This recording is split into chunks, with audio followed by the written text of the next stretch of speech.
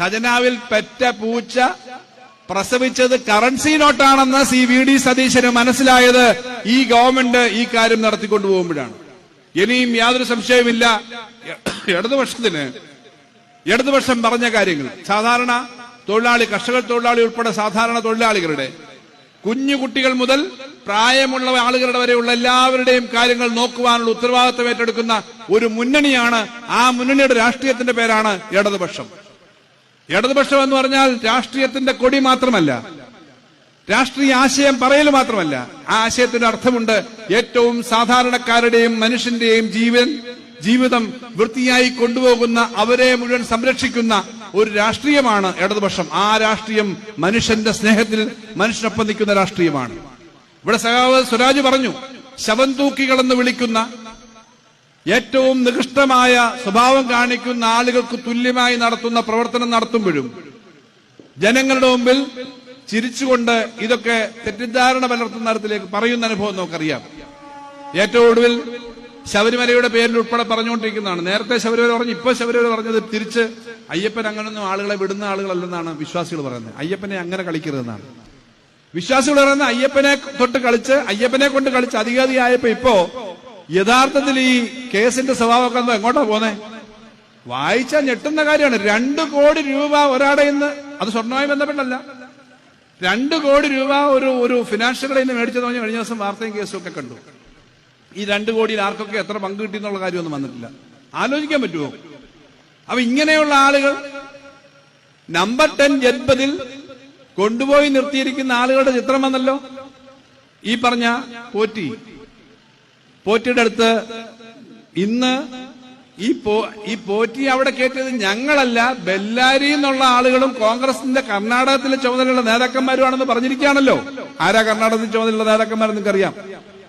അവര് കൊണ്ടുവന്ന് കയറ്റി അവിടെ നിർത്തിയിരിക്കുന്നു എന്ന് പറഞ്ഞാൽ ചെറിയൊരു കാര്യമല്ല.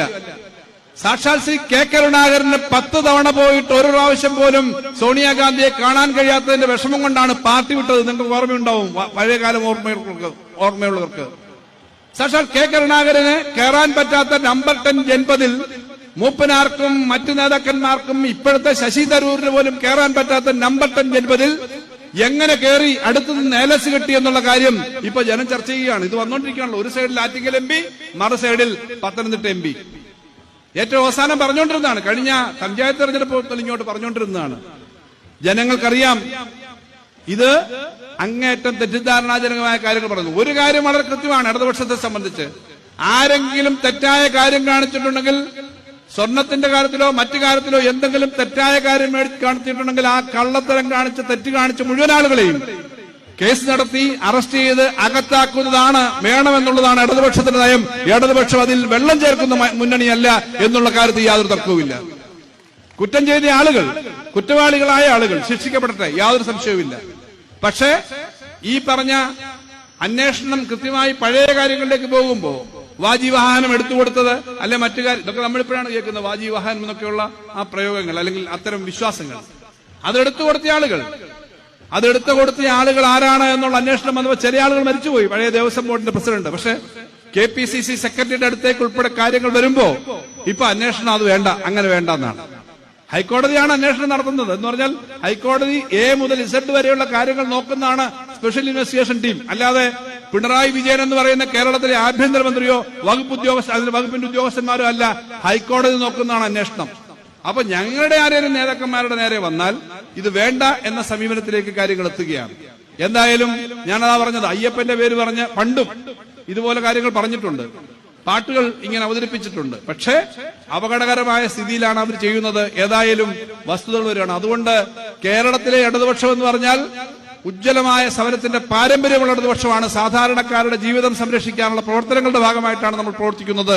ആ പ്രവർത്തനത്തിന്റെ ഭാഗമായിട്ടാണ് ഇടതുപക്ഷ ജനാധിപത്യ മുന്നണിയുടെ ഈ നാട്ടിലെ പ്രവർത്തനങ്ങളാകെ മുന്നോട്ട് പോകുന്നത്. അത് രാഷ്ട്രീയമുണ്ട്, ഭരണമുണ്ട്, നിരന്തരമായ പോരാട്ടങ്ങളും സമരങ്ങളുമുണ്ട്. അതെല്ലാം ശക്തമായിട്ട് മുന്നോട്ട് കൊണ്ടുപോകുന്നു പ്രഖ്യാപിക്കാനും, മൂന്നാമത് വീണ്ടും ഇടതുപക്ഷത്തിന് തന്നെ വിജയമുണ്ടാവുന്നിടത്തിലേക്ക് നമ്മളെല്ലാം പ്രവർത്തിക്കണമെന്ന് അഭ്യർത്ഥിച്ചുകൊണ്ടാണ് ഇവിടെ ഈ ജാഥ എത്തിച്ചേർന്നത്. ജാഥയുടെ ക്യാപ്റ്റൻ നമ്മുടെ പ്രിയപ്പെട്ട നേതാവ് ബിനോയ് വിശ്വം ഈ വേദിയിലേക്ക് കടന്നു വരികയാണ്. അദ്ദേഹത്തെ ഇവിടെ തടിച്ചുകൂട്ടിയിരിക്കുന്ന എല്ലാവരുടെയും പേരിൽ ഇവിടേക്ക് സ്വാഗതം ചെയ്തുകൊണ്ട്, അഭിവാദ്യം ചെയ്തുകൊണ്ട് ഞാൻ എന്റെ വാക്കുകൾ ചുരുക്കുന്നു. എല്ലാവർക്കും